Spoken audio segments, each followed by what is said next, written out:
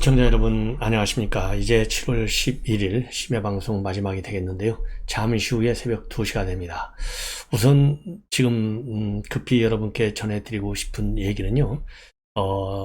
터키, 요즘은 튀르키예라고 하죠. 이 터키에서 출발한 칼 항공기가 말이죠. 엔진 고장을 일으켜가지고 지금 아르제바이잔 공화국에 비상 착륙했습니다. 다행히 인명피해는 전혀 없었습니다. 그야말로 기장의 역할이 이럴 때가 굉장히 빛나는 건데요. 기장이 아주 뭐라 그럴까요? 차분하게 잘 항공기를 기술적으로 안전하게 착륙을 시켰다 이렇게 보여지고요. 한 승객이 한 200여 명, 그리고 승무원이 한 10명 이렇게 타고 있었는데요. 부상자가 전혀 없었습니다. 원인인즉슨요, 항공기 엔진이 두 개인데 그 중에 이 오른쪽 날개 아래쪽에 있는 2번 엔진에서 심한 진동과 함께 이 불꽃을 일으키면서 발생해 가지고요, 바로 2번 엔진 작동을 중단시켜 가지고 기장의 가까스로 항로 변경을 공식적으로 알려주고 2시간 후에 아제르바이잔에 있는 바쿠 공항에 안전하게 착륙했어요. 그래서 당연히 소방차도 출동했는데요. 전혀 이 화재도 없었고 피해도 없었습니다. 그래서 대체 항공기를 투입을 해서요.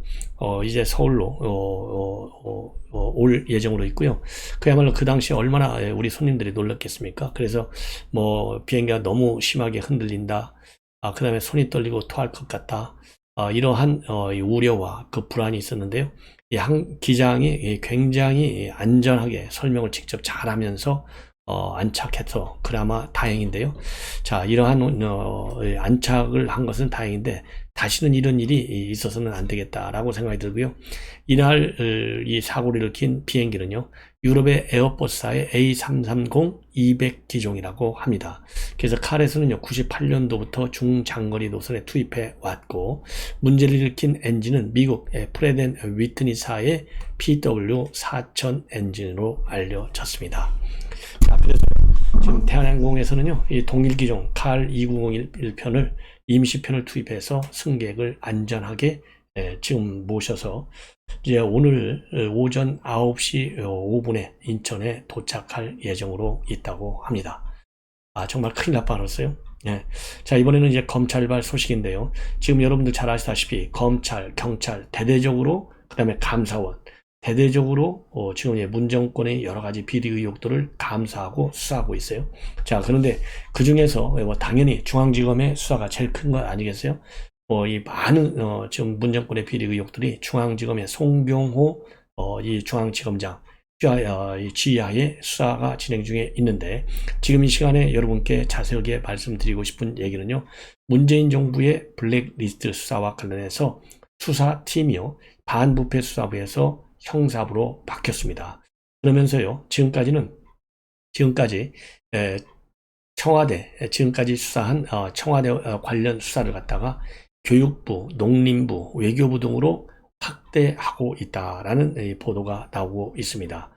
자, 여러분들, 이 블랙리스트 수사는요, 두 갈래로 이루어지고 있어요. 하나는 동부지검에서 수사가 하고 있는데, 동부지검에서 수사하고 있는 블랙리스트 사건은 바로 산업부 블랙리스트 사건이고요. 나머지 청와대하고 교육부, 농림부, 외교부 이러한 이 기관에 대한 블랙리스트 사건은요, 서울중앙지검에서 하고 있어요. 이미 국민의힘에서요, 작년에 임종석과 조국, 그 다음에 강경화, 그 다음에 교육부 장관 등등을 이 블랙리스트 사건의 당사자로 해서 고발한 사건을 지금 이제 제대로 정권이 바뀌고 나서 수사하고 있습니다. 그래서 본래 반부패 수사 2부에서 하는 것을 형사 1부로 재배당하면서요, 이 블랙리스트 사건에 대한 수사가 대대적으로 확대될 것이다 라는 전망이 제기되고 있고요. 실질적으로요, 형사 1부에 특수통 검사를 추가로 배치해서 수사력을 대대적으로 보강하고 있는데요. 반부패 수사 2부에서 이 사건을 수사하던 검사 1명, 그리고 반부패 수사 1부에서 검사 1명을 최근에 이 형사 1부로 이동시켰다고 합니다. 그리고요, 중앙지검 이 사건을 수사하는 중앙지검 1차장의 경우 이 성상헌 차장검사인데요, 이번에 새로 발령을 받았죠. 동부지검에서 산업부 블랙리스트 사건을 지휘하다가 이번에 중앙지검으로 넘어왔어요. 자, 그러면은 왜 형사 1부에 맡겼느냐? 이 얘기가 이제 권력 수사의 이제 주체가 그만큼 확대됐다, 이렇게 지금 법조인들이 보고 있는데요. 우선 기본적으로 저도 이제 오늘 오후에 말씀을 드린 대로 반부패부가 여러 사건을 지금 맡고 있어서 실질적으로 수사 여력이 부족하다는 측면도 있지만은 지금 기본적으로요, 문재인 정권의 비리 의혹에 대한 사정을 전방위적으로 지금 확대하고 있다. 그리고 수사의 속도도 높이고 있다. 이런 점을 감안해야 될 것 같다는 보도가 나오고 있어요. 그래서 반부패 수사 1부에는요, 대장동 의혹 사건을 맡고 있고, 반부패 수사 2부하고 3부에서는요, 옵티머스 펀드 의혹을 비롯한 많은 수사를 현재 진행 중에 있다고 합니다. 그래서요, 당초 중앙지검에서는 지난 5월 초에 이 사건을 반부패 수사 2부에 배당을 했어요. 그리고 왜 그러느냐면 그 이전 정권이 교체되기 전에는요, 추미애가 형사부 말부에서만 형사사건을 수사할 수 있도록 해놨는데, 이거를 갖다가 한동훈 장관이 들어서면서 모든 형사부에서 이 부패 사건을 수사할 수 있도록 바꿔놨어요. 그렇기 때문에 이렇게 관련 형사부의 수사 권한을 대폭 확대한 겁니다. 그러면서 이제 말부가 아닌 형사부 형사 1부에서도 이러한 사건을 수사할 수 있게 되면서 형사 1부로 재배당 결정이 있었다. 이런 지금 해석이 나오고 있어요. 자, 그래서 형사 1부는요, 문재인 청와대가 버닝썬 마약 성매매 사건에 민정수석실 파견 경찰 관보가 연루된 의혹이 있었는데요. 이것을 덮으려고 김학의 전 차관에 대한 성접대 의혹을 키웠다는 기획사정 의혹도 지금 형사 1부에서 수사 중에 있습니다. 그리고요, 윤석열 총장 징계 과정에서 이성윤, 지금은 이제 법무연수원의 연구위원으로 되어 있는데, 이성윤과 박은정 검사의 무위법 행위가 있었다는 고발 사건. 이게 2020년도 얘기죠. 그 다음에 이종수 전 중앙지검이 대장동 사건 수사를 지휘하면서 대장동 윗선 봐주기를 했다는 의혹. 이거는 형사 5부에서 지금 다루고 있습니다. 그래서 형사 5부에서는요, 특수통으로 분류되는 최우영 부장검사, 그리고 신기련 부부장검사가 형사 5부로 발령이 났어요. 그래서 지금 형사부에요. 형사부에 굉장히 중요한 사건들을 전부 다 하나씩 맡아서 수사를 진행하고 있고요. 그리고 서울중앙지검의 공공수사 1부에서는 박지원, 그 다음에 공공수사 3부에서는 서훈 사건을 지금 다루고 있습니다. 그리고 공공수사 2부에서는 여가부의 공약 개발 지원 문제를 다루고 있어요. 그래서요, 이 형사부, 그 다음에 반부패부, 공공수사부, 여러 부에서 동시다발적으로 사정작업을 지금 진행하고 있는 그런 형국이다. 이렇게 말씀을 드릴 수 있습니다. 그 다음에는요, 지금 양산 사저와 관련한 이 보도가 지금 오늘 저녁에 SBS를 통해서 아주 다양하게 보도를 하고 있어요. 자, 우선 여기서 말이죠. 이 우파들이 이제 집회를 많이 하고 있는데, 우파 유튜버들이 또 집회를 많이 하고 있어요. 그래서 우파 유튜버들 집회를 하고 있는 인터뷰가 SBS 방송에서 대대적으로 보도가 됐는데, 우선은요, 이 사람들이 집회하는 이유가 굉장히 다양해요. 집회 참가자 A씨의 경우에는요, 자신이 이혼한 이유가 바로 문재인 대통령 때문에 이혼을 했다는 겁니다. 그래서 문재인이 가정 파괴범이라는 거예요. 왜 그러냐, 지금 마이너스 통장이 하나 있는데 이미 한 8,900만 원을 썼고 1,200만 원 한도인데 큰일 났다는 겁니다. 그래서 이 집사람이, 와이프가 원형 탈모까지 생겨 못 살겠다 그러는 바람에 합의 이혼을 해주고 왔다는 겁니다. 그래서 시위를 아니할 수 없다는 거죠. 자, 그 다음에 말이죠. 또 하나는요, 스님이 있어요. 스님이 있는데 집에서 화자가 났는데 그 이유가 뭐냐? 바로 문재인 대통령 때문에 그렇다는 거예요. 그래서 산에 조그만 암자를 지어놓고 농사를 짓고 살았는데 불이 나갖고 이 암자 집이 다 타버렸다는 겁니다. 근데 화재 감식을 하고 보니까 그 내용이 뭐냐? 아궁이에 불 뗀 것이 잔불이 살아나서 불이 났다는 거예요.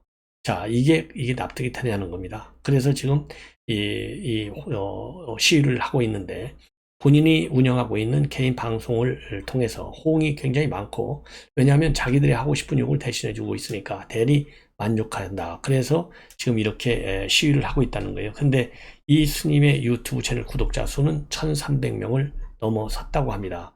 그리고 또 다른 유튜버는요, 이슈 컨텐츠를 제작하는 유튜브인데요, 먹고 살기 위해서 시위 방송을 한다는 겁니다. 2년간 방송에서 시청자들이 후원해준 금액이요, 어마어마해요. 5억이나 된대요. 야, 그게 말 그대로 어그로가 끌릴 수밖에 없다는 겁니다. 그래서 양산사저에서 유튜브 방송을 시작한 후로 구독자가 또 급증까지 하고 있다고 그래요. 자, 그러다 보니까 주민들이 고통을 이루 말할 수 없이 커지고 있어서 스트레스를 많이 받고 잠도 못 잔다. 그럼에도 불구하고 이 집회를 하는 유튜버들 끔찍도 하지 않고 있다라는 보도가 나오고 있고요. 그리고 이 유튜버 시위자들은요, 나도 먹고 살아야 될 거 아니냐 이렇게 또 따지고 있다고 해요. 그리고 주민들은요, 스트레스 때문에 식욕부진까지 있다라고 얘기가 나오고 있습니다. 자, 그러다 보니까 이제 문재인 대통령을 지지하는 인사들이 최근에 평산 마을을 계속해서 찾고 있고, 그 중에 이제 권인숙 의원 같은 경우는 문재인 대통령은 잘 버티고 있는데 김정숙 여사가 이런 욕설 이런 것 때문에 제대로 버티지 못하는 것 같아서 안타깝다, 이러한 이 글을 페북에 올리기도 했는데요. 최근 이 김 여사 근황이 공개가 됐는데 바로 어제입니다. 공개됐는데 이 SNS를 보면요, 김정숙 여사가 제주도로 지금 아마 관광을 간 건지 제주 호텔을 방문한 사진이 올라와 있는데요. 선글라스를 머리 위로 올려 쓰고 검은색 상의에 흰색 하의를 입고 있는 사진이 올라와 있습니다. 다행히 현장에서 이 문재인 대통령을 지지하는 그런 시위자들도 있는데 이분들하고의 물리적 충돌은 발생하지 않았다고 합니다. 그래서 문재인 대통령 지지자들은요, 당연히 대통령님 사랑합니다를 외치고, 그리고 이 버려진 쓰레기를 줍고 있다고 합니다. 자, 그리고요, 일부 지지자들은 소음으로 고통받는 주민들을 위해서 간식을 준비해서 평산 마을로 배달하는 그러한 사례도 있다고 하는데요. 자, 뭐 시위는 집회 시위 자유는 헌법으로 보장되어 있기 때문에 누가 뭐라고 할 수는 없지만, 그래도 품격을 지켜가면서 시위를 하는 것이 훨씬 낫지 않겠느냐, 지나친 욕설은 자제하는 것이 낫지 않겠느냐, 이러한 이 여론이 정치권에서 많이 제기되고 있다는 점 참고하시면 좋을 것 같습니다. 자, 이번에는요, 이 김건희 여사와 관련된 내용인데요. 최근에 김건희 여사 나토 순방과 관련해서 이 이원모 비서관의 부인이 동행해가지고 이걸 가지고 논란이 커지고 있습니다. 그러다 보니까요, 이제는 야당이 뭘까지 하느냐, 이 대통령의 해외 순방에 동행하는 수행원을 공개하도록 의무하자, 이런 법안까지 발의를 했다고 합니다. 자, 그래서요, 이 정부 대표 및 특별사절 임명법 개정안을요, 전용기 민주당 의원이 발의를 했어요. 자, 그래서 이 대통령이 자신의 해외 순방 시 사무를 보좌하기 위해서 고문, 전문이면 수행원을 임명할 수 있고, 임명 후에는 외교부 장관 이를 공개하도록 의무화하는 내용입니다. 그동안은요, 대통령의 수행원 공개에 대한 법 조항이 따로 없어서 정치적 공방이 벌어지고 했고, 또 이 법안에는요, 수행원 명단은 공개를 원칙으로 하지만은 안보나 국가 기밀상 이유가 있을 경우에는 명단을 비공개할 수 있다라는 단서 조항도 달려 있어요. 그런데 비공개를 할 경우에도요, 외교부 장관은 비공개 사유와 명단을 사후적으로 국회에 제출해야 한다, 이렇게 밝혔는데요. 자, 제가 보기에는요, 이게 사후적으로 제출한다, 이것이 바람직하겠느냐. 대통령 순방과 관련해서는요, 사전은 물론이고 사후에도 보안을 유지할 사항들이 굉장히 많아요. 그러면 사후에 명단을 발표한다 했을 때, 예를 들어 전옥현이가 수양원에 들어갔다 라면 전옥현이가 왜 갔을까? 이 사후에라도 말이죠. 그러면은 지금 고도의 보안 유지 하에 이루어졌던 정상회담의 내용 같은 것이 말하자면 우리의 이 정보의 세계에서는요, 친구, 아군이 없어요. 전부 적국이라고 봅니다. 그러면 대통령 순방의 내용과 내용에 대한 추정이 충분히 가능하다는 것이죠. 인물을 보고. 그렇기 때문에 이거는 보안상 바람직하지 않다, 이런 법안을 만든 것은요, 저는 그렇게 판단을 합니다. 그래서 그야말로 못 잡으려다가 못 잡는다고 그런 얘기 하잖아요. 뭐 쥐 잡으려다가 독 깬다고 하는데요, 이거는 철저히 잘못된 것이다. 국익을 해칠 우려가 굉장히 많다, 이런 저는 비판을 하고 싶어요. 자, 이제는 국민의힘 내부 동향인데요. 김기현 그리고 안철수 의원 공부 모임이 이제 이번 주에 다시 본격화됩니다. 그래서 13일에는 김기현이 띄어있는 혁신24 세밀의 두 번째 모임을 가질 예정으로 있습니다. 그리고요, 이 세밀에서는 그리고 또 20일에는 세 번째 모임을 갖고 박지원 전 장관을 초청할 예정이다. 이렇게 알려지고 있어요. 그리고 세미대에는요, 한 50여 명 정도 참여하고 있는데, 그동안의 모임 숫자를 보면 한 3, 40명 정도가 실제로 참석을 하고 있다고 합니다. 그리고 2차 모임에는요, 장제원 의원도 참석 의사를 밝혔고, 안철수 의원도 초청할 예정으로 있다. 이렇게 지금 알려지고 있어요. 그리고요, 또 이 안철수 의원의 공부 모임도 이제 본격화 될 예정으로 지금 되어 있습니다. 그래서 이 안철수 의원의 경우에는요, 12일 날 첫 번째 토론을 진행하는데요. 여기에서는요, 글로벌 경제의가 우리의 대방향을 주제로 열리는데, 이번 첫 번째 공부 모임에서는 김형태, 김현장 수석 이코노미스트, 성태윤 연대 경제학부 교수의 발표, 그리고 윤찬영 의원과 방기선 기재부 1차관의 순으로 토론이 이루어진다. 그리고요, 매주 1회꼴로 토론을 열고 과학기술의 발전, 감염병 대응, 연금개혁에 대한 논의도 이어갈 예정이라고 합니다. 자, 그래서요, 지금 이제 이러한 상황에서 이 장제원 의원이 과연 이 안철수 의원이 주관하는 공부 모임에 참여할 것인 여부가 그러지 않아도 안철수가 대표가 되면 장제원은 사무총장이 된다. 이런 지금 설이 나돌고 있지 않습니까? 그래서 정치권에서는요, 그런 것이 이제 관측 포인트다. 이렇게 알려지고 있고요. 자, 이러한 가운데 장제원 의원은 최근에 말이죠, 버스 20여 대를 동원해서 1,100여 명의 지지자들이 뭐라 그럴까요? 단합대회를 단합대회를 가졌어요. 그래서 이러한 장제원 의원의 단합대회가 과연 어떤 의미를 갖는지도 정치권에서 많은 관심이 되고 있다. 그리고요, 민들레를 만들려다가 이용호 간사죠. 그리고 이것도 이제 장제원 의원이 뒤에서 민들레를 만들려는 모임을 주도적으로 했다. 이런 보도들이 나온 바 있는데요. 자, 이와 관련해서요, 이용호 의원은 조금 좀 이 민들레 발족을 다시 좀 더 늦추겠다. 이런 입장을 내놨습니다. 왜냐하면 지금 그러지 않아도 지금 어수선하잖아요. 이석 징계 때문에. 그런 데다가 이미 안철수 모임 생겼죠. 그 다음에 김기현 모임 생겼죠. 자, 그리고 장제원 이렇게 가동하고 있죠. 자, 이런 상황에서 민들레까지 다시 또 출동을 한다. 그러면 혼란을 더 조장할 가능성이 있기 때문에 지금 민들레 모임은 좀 늦추겠다. 이런 입장을 내놨습니다. 이제 마지막으로요, 윤평준 한신대 명예교수 정치철학 전문이죠. 윤평준 칼럼을 하나 소개해 드리겠습니다. 제목이 대통령 윤석열의 존재 증명입니다. 여기에서는요, 이 존재 증명이라고 하는 것은 그만큼 지금 현재 굉장히 어려워지고 있다는 겁니다. 윤석열 대통령의 정부라고 하는 것은 최악의 적대적 환경에서 출범을 했는데, 그야말로 지금 뭐라고 그럴까요? 출범 2달도 안 돼가지고, 지금 국정수행에 빨간불이 켜졌다는 겁니다. 그건 왜 그러느냐? 대통령 선거는 거대한 기동전인데, 20대 대선 우파와 좌파가 이 국가운명을 다툰 총력전이었는데, 반면 진지전은 장기간 얽혀 싸우는 참호전인데, 우리 지금 우파, 진지전에 지금 약하다는 거예요. 왜? 좌파 칼텔이 언론계, 예술계, 종교계, 노조 꽉 장악하고 있다는 겁니다. 그래서 지금 지금 윤석열 정부가 굉장히 어려움에 처해 있고, 이런 것들이 지금 지지율이 빠지는데 큰 원인 중에 하나가 아니냐.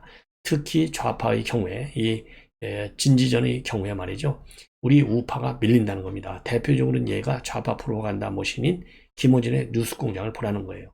이거 하나를 우리 우파가 처리하지 못하고 있다. 이렇게 지적하고 있어요.